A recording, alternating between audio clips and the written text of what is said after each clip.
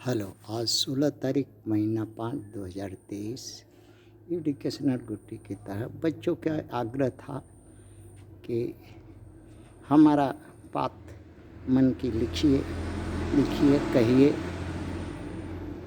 तो लिखने पर मजबूर हुआ। भारत में श्री चंद्रशेखर रावण जी को के लिए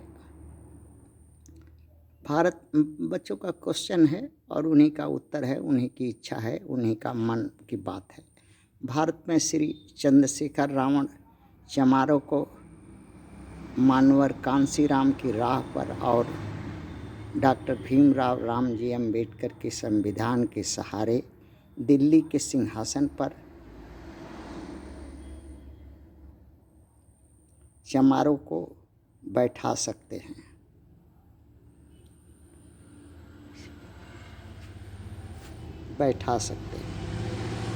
क्या ये बच्चा लोग जानने चाहा। तो उत्तर में बच्चा लोग ही अपने कहा कि हाँ, कुछ बच्चा कि हाँ बैठा सकते हैं। 100% सच है और रास्ता भी सही है, बैठा सकते हैं।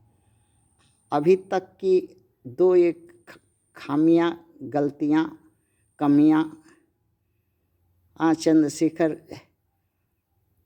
रावण जी में देखी गई, जो उतावलेपन के वजह से हर जगह एक ही तो दीपक है, ये कुल का, अछूत कुल का, अगर वो भी कहीं कुछ हो जाए तो मुश्किल हो जाएगा। इसलिए बच्चों को डर भी है और दुष्ट लोग है, इस सब देखते हुए फिर भी एक बच्चों की इच्छा है, कुछ लिख देते हैं। बच्चों का कहना है कि अगर 100 जाति है भारत में, उसमें 99% 99% अगर सवर्ण जाति हैं तो ऐसा मान लें 1 ही प्रतिशत चमार है, उनका ही उद्धार करना है। 99 को साथ में लेकर कैसे होगा? संविधान में जनसंख्या के आधार पर ST SC OBC माइनॉरिटी को रिजर्वेशन दिया हुआ है और अपर कास्ट को 10% इकोनॉमिकल ग्राउंड पर दिया हुआ है।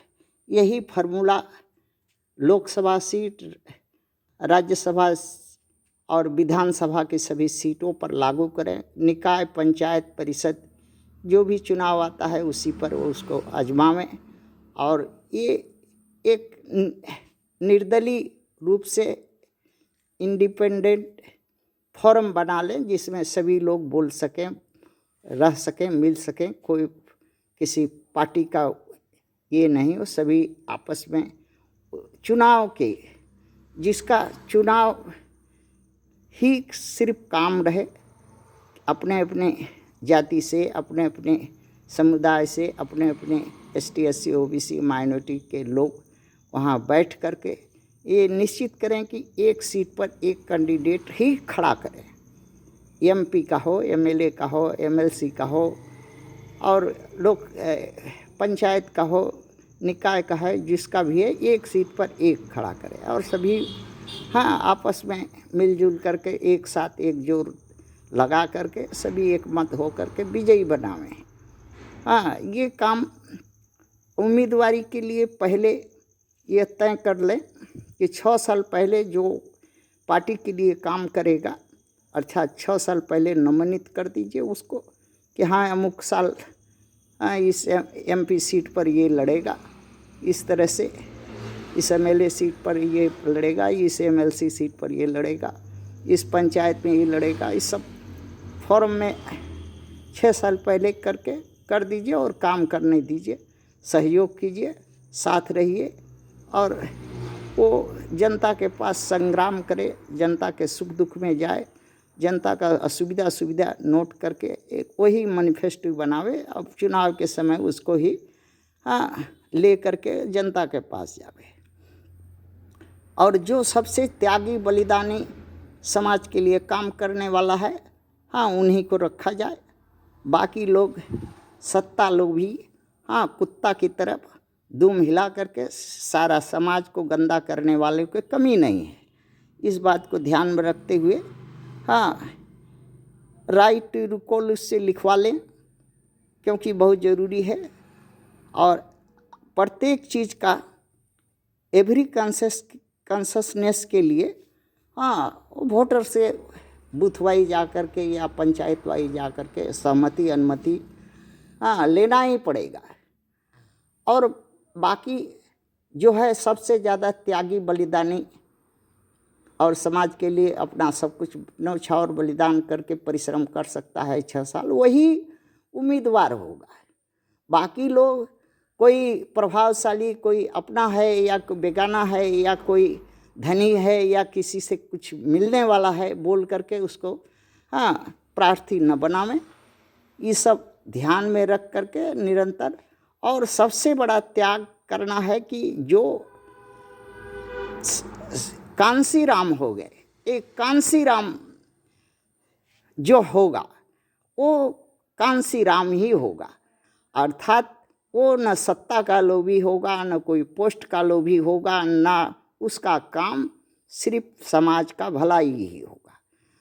और वो चुनाव से में कभी खड़ा नहीं होगा और ना ही वो चुनाव लड़ेगा।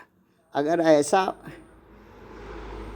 सदस्य हैं तो आगे बढ़ने में कोई हर्ज नहीं, और ऐसा भी दिन आने में देरी नहीं कि दिल्ली के सत्ता पर हाँ चमारों को हाँ राज जो है आने में देरी नहीं लगेगी। और बाकी लोग के साथ जो संविधान में जिस तरह से है उसी के अनुसार 10% है ST SC OBC माइनॉरिटी का जो आरक्षण के हिसाब से जो प्रतिशत है उसी तरह का अनुपात में उम्मीदवारी तय करके 6 साल पहले करके 6 साल अगर वो काम कर दिया सही ढंग से हाँ तो जीत निश्चित है। और 6-7वां साल ये दिल्ली के तख्त पर हाँ जो है चमारों का बैठना निश्चित है। थैंक्स।